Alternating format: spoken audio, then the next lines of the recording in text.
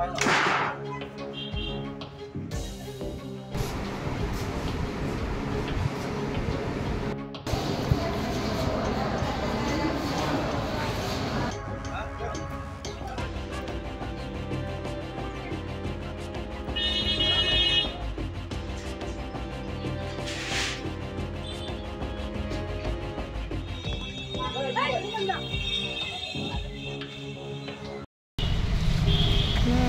আত্মীয়র বাড়ির ভাঙচুর করতেছে, আমি টিনের আওয়াজ শুনি না বাধা দিতাম গেছি।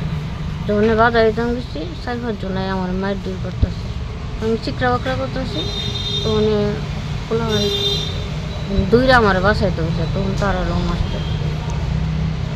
যারা মারধর করছে তারা পরিচয় কি?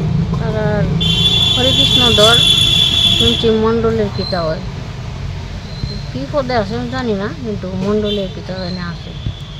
আর কি আছে? আর পরিতোষ রায় সেও মারছে, তারপরে কালাচাঁদ দাস সেও মারছে।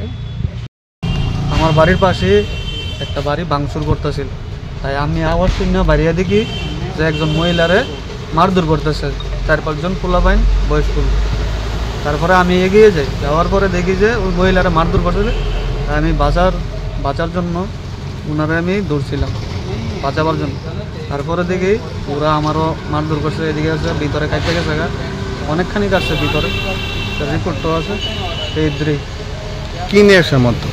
বুঝছি না মারধরটা কি নিয়ে? ওই জায়গা নিয়ে। যারা মারধর করছে তারা পরিচয় কি? তার পরিচয় একজন হরিকৃষ্ণ ধর, কালাচাঁদ দাস, পরিতোষ রায়, আরও বিভিন্ন রূপটা ছিল 20-25 জন। এখানে আপনার পূর্ব মন্ডল পঞ্চায়েতের 1 নম্বর ওয়ার্ডের একটা ত্রিপুরা খাসলেনের একটা জায়গা। তো এই জায়গার ব্যাপারে পঞ্চায়েতে কালকে আমরা বসছি, বলার পরে আপনার পঞ্চায়েত মন্ডল সভাপতি ছিল, পঞ্চায়েত প্রধান, উপপ্রধান, আমরা পঞ্চায়েতের সদস্য সব ছিলাম এখানে। এই জায়গার ব্যাপারে সেটা সিদ্ধান্ত হয়েছে যে যতক্ষণ পর্যন্ত এই জায়গার সঠিক বিচার না হয় বা আইনগত ব্যবস্থা না হয়, কেউ এই জায়গা যেমন দখল না করতে পারে। আজকে দেখা গেল কালকে পঞ্চায়েতে এই ডিসিশন নেওয়া হইলো।